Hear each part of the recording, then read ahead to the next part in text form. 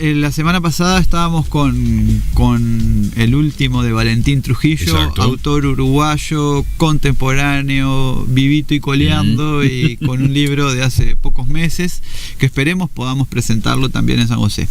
Pero este bastante tiempo atrás. Sí, porque eso es lo que tiene la literatura, ¿no? La literatura es contemporaneizar el mensaje que vaya a saber uno cuando fue escrito. Sí, y además ese es otro tema que nos permite el lenguaje, justamente el lenguaje escrito, que es que todo es contemporáneo.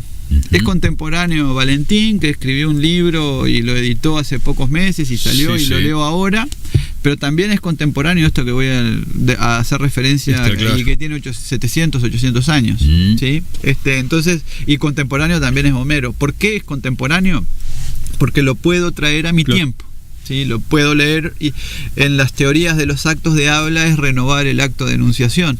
Sí, el acto de enunciación de Homero fue hace 3000 años, pero yo cada vez que lo leo lo estoy trayendo al presente. Claro. O sea que uno tiene que perder, o yo creo que hace mal para la concepción del arte pensar en las épocas históricas como delimitantes. Entiendo. No, todos somos contemporáneos. ¿Sí? Platón está acá, Sócrates está acá. Claramente. San Agustín, lo que ustedes quieran. Y menciono justamente a San Agustín para dar pie al texto que abre esta sección sobre uno de mis temas favoritos del arte, que es la Edad Media.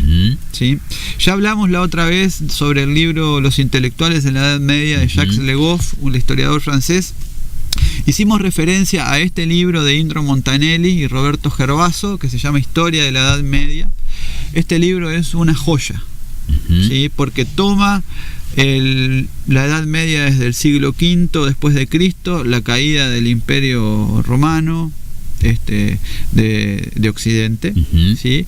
La caída de Roma, digamos, que no es que Roma, como siempre les planteo a mis alumnos, me dicen, qué obviedad, no es que Roma estuviera alta y que luego bajara, sino que el Imperio Romano dejó de funcionar como imperio, y Roma siguió siendo una ciudad, y siguió siendo una ciudad importante, y una ciudad que en algún momento incluso creció, y centro intelectual y todo eso, pero se perdió la conexión que había trazado el imperio. Y este libro empieza en esas circunstancias y aborda toda la Alta Edad Media, es decir, el periodo de la Edad Media que va desde el siglo V al siglo X, que es canónicamente esos 5 siglos, esos 500 años son la Alta Edad Media. La Edad Media que está más alejada de nosotros y que muchas veces se confunde o se la asimila al concepto de oscurantismo, ¿sí? Por toda la incidencia de la Iglesia Católica en su momento, si es que eso podemos considerarlo oscurantismo, por toda una serie de... La Iglesia Católica es la institución que en esta época es la rectora del comportamiento humano, ¿sí? Pero no es una institución regida por hombres, inspirada en un ideal divino, pero regulada y regida por hombres. Y entre esos hombres, de muchos de ellos se ocupan Indro Montanelli y Roberto Gervaso, por ejemplo, de San Agustín. ¿Sí? San Agustín es uno de los grandes padres de la Iglesia, con unos libros maravillosos que merecen que nosotros un día le dediquemos, por ejemplo, Ciudad de Dios. ¿Sí? Ciudad de Dios es un hermosísimo libro de San Agustín, y también el otro, el que me gusta más a mí, el de Confesiones, en la que él dice, bueno, yo antes no era esto que yo soy hoy el obispo de Hipona, pero antes no lo fui, y antes ni siquiera fui católico, y antes ni siquiera veía a Cristo como una referencia, y cometí todos los pecados que se podían cometer, todos los excesos que se podían cometer, etcétera, hasta que me llegó el llamado. Y ahí a los 30 y pico San Agustín empieza a hablar, pero sin pelos en la lengua, de todo lo que le pasó antes y todo lo que le pasó después. Estamos hablando probablemente del teólogo más importante del catolicismo, junto con Santo Tomás de Aquino. Este libro trata de San Agustín, sobre todo deja muy claro derriba algunos mitos de la Edad Media, o que por lo menos uno tenía esa idea, ideas que van cayendo. El primero de ellos es el de la famosa reconquista española de los territorios justamente españoles. Este libro plantea una cosa que es bien clarita: no es una reconquista, es una conquista, porque los que estaban allí eran los árabes, que obviamente habían migrado desde el norte de África, habían ocupado ese territorio de lo que es hoy la Hispania. Pero luego vinieron los godos, justamente de los que hablábamos la semana pasada, y esas colonias germánicas, además ahora cristianas, porque se analiza el proceso en el que se cristianizaron estos pueblos germánicos. Eran pueblos bárbaros que además eran politeístas, pero bueno, Carlomagno los cristianizó a punta de espada. Está todo este proceso explicitado en este libro, y luego esos pueblos germánicos, están los godos, los visigodos, los ostrogodos, bajaron y despojaron a los árabes, digamos, de su lugar en la península hispánica. Es la puerta de entrada, esto en la Alta Edad Media, para los cambios que van a venir en la Baja Edad Media, y de los que salen estas dos obras literarias clásicas que les quiero comentar. Estoy sosteniendo en mis manos, para que lo puedan ver, dos obras que son las dos obras más importantes de la lengua italiana, tal vez de la historia de la lengua italiana. La primera de ellas es la Divina Comedia. Todos tenemos claro la Divina Comedia de Dante Alighieri, escrita entre 1304 y 1321, escrita con un patrón numérico que se basa en el número 3, con una estructura perfecta en verso. El número 3 es el número que representa a la Santísima Trinidad, el Padre, el Hijo y el Espíritu Santo. Luego, el número 3 son los 3 reinos a los que viaja Dante: el infierno, el purgatorio y el paraíso. Todos tienen su concepción filosófica, su creación. El infierno es para aquellos pecadores que no se arrepintieron, el purgatorio es para aquellos pecadores que sí se arrepintieron y que purgan la culpa.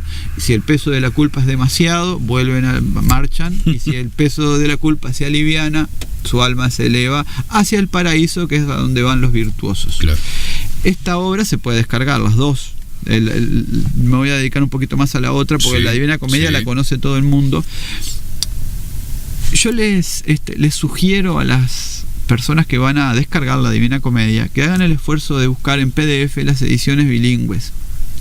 Y que, si tienen algún mínimo conocimiento de italiano, el italiano es una lengua romance, o mejor dicho, es una lengua derivada del latín, una de las tantas lenguas romances, como el español. Por eso un futbolista que va de Uruguay a Italia, en 3 meses queda hablando un italiano, o que parece que lo hubiera mamado de toda la vida. Es que es un derivado del latín. Es incluso, pongamos por caso que son estados evolutivos distintos de la misma lengua. Está claro. Entonces, esta es la obra en la que nace el italiano. El idioma italiano como tal, como lengua romance.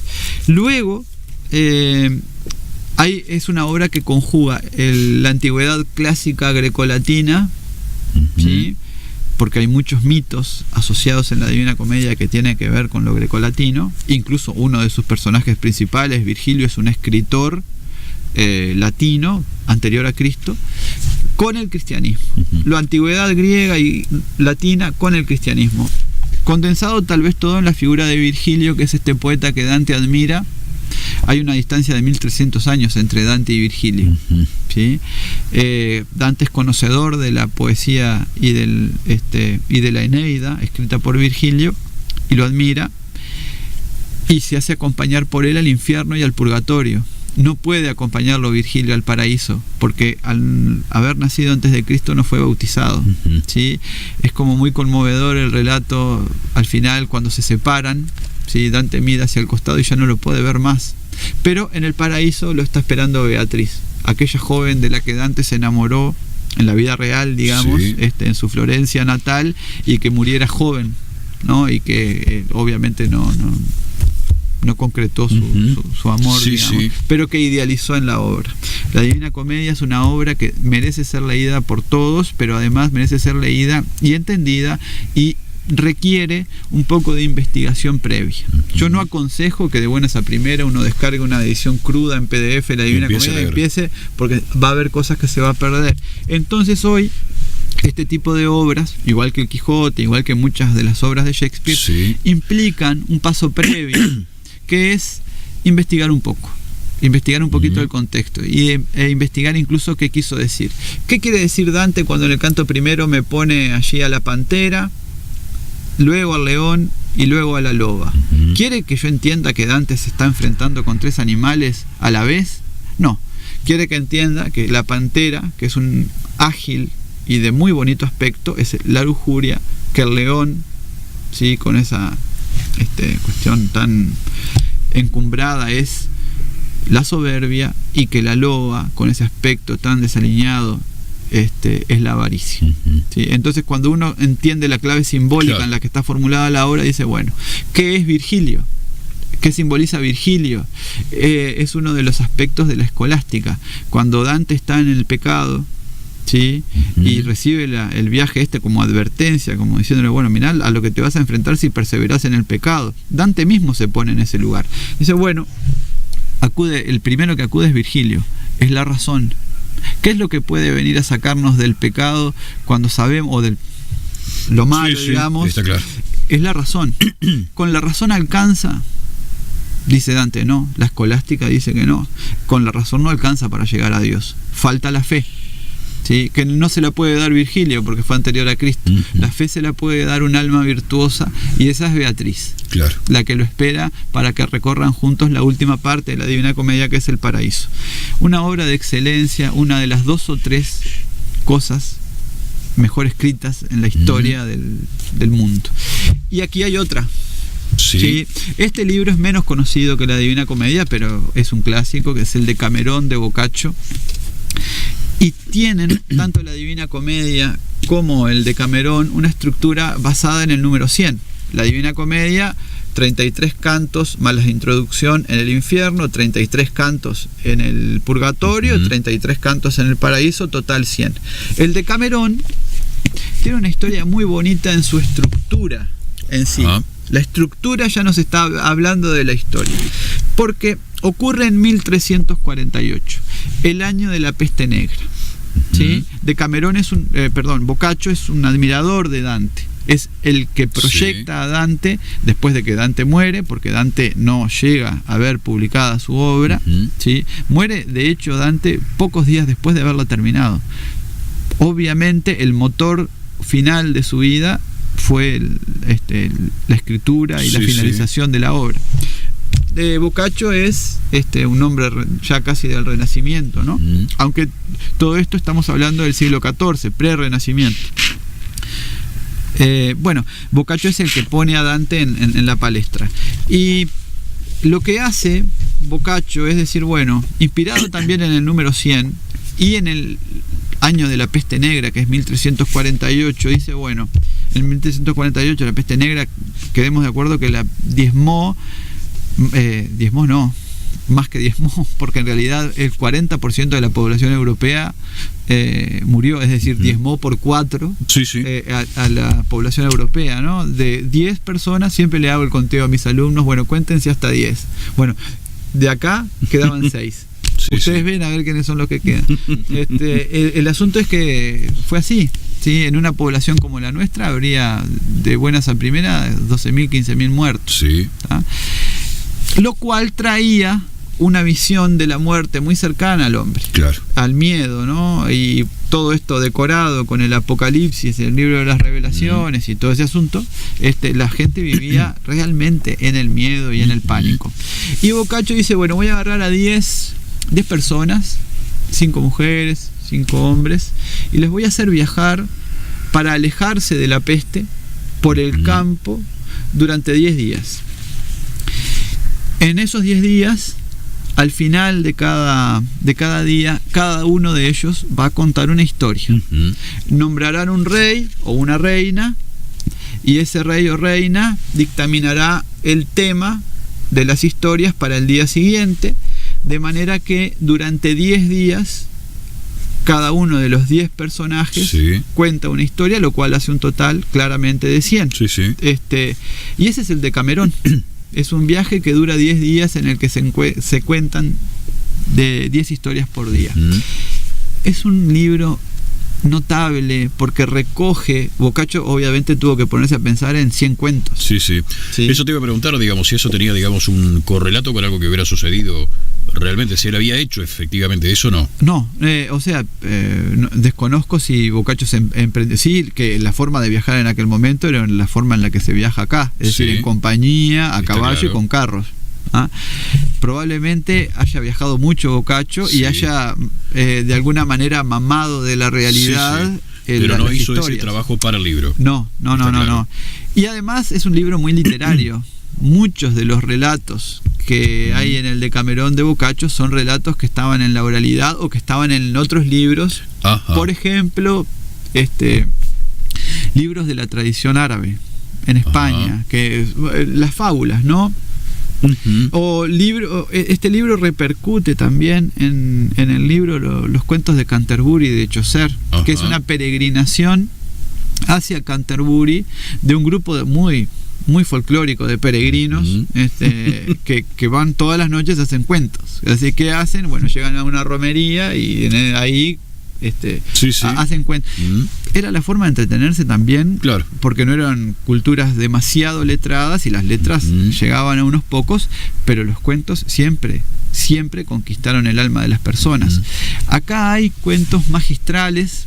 Hay otros cuentos más olvidables, porque en 100 cuentos no le vamos a pedir a Boccaccio que, claro, pero donde 30 o 40 sean magistrales, y acá hay 30 o 40 que lo son, ya estamos ante una obra impresionante, ¿no? Yo me acuerdo la conmoción que causó en mí la lectura de este libro hace ya un tiempo, bastantes años, que es tan vasto el universo que plantea, porque las narraciones, además, como el rey que eligen en esa noche después de hacer los cuentos da un tema para el otro día. Los temas son siempre el amor, la infidelidad, la aventura. Es como muy picaresco, además, ¿sí? Todo esto es bajable de internet. Yo por suerte tengo esta edición tan bonita, que la cuido tanto, que no la presto jamás, o la presto con bajo firma. Pero bueno, recomendamos entonces que la gente investigue antes de leer, investigue mínimamente a Giovanni Boccaccio, a Dante Alighieri, que descarguen sus obras, y si quieren empezar por una cuestión, si se quiere, de ir acercándose al lugar, pero a la vez de hacerlo de forma más entretenida, que empiecen por el Decamerón y luego la Divina Comedia. Bien. Además decías también fuera del aire que conseguiste esa edición a un precio que seguramente la persona o el lugar donde estaba a la venta no sabía. Acá dice, de qué se trataba. Mirá, ahora lo redescubro, el precio 95 pesos. 95 dice el papelito pesos. Acá en lápiz. Un crimen. Bueno, pero yo no estoy para advertir a las personas que me quieren vender las cosas. Yo lo conseguí, le estoy dando un buen uso, estoy tratando de difundirlo y de que le llegue a mis estudiantes. Está muy bien. Pedro, gracias por estos aportes y nos reencontramos en 7 días. Nos reencontramos. Saludos para todos. Seguimos, amigos, en instantes con más San José Ahora Radio. San José Ahora Radio. Donde estás, estamos con vos.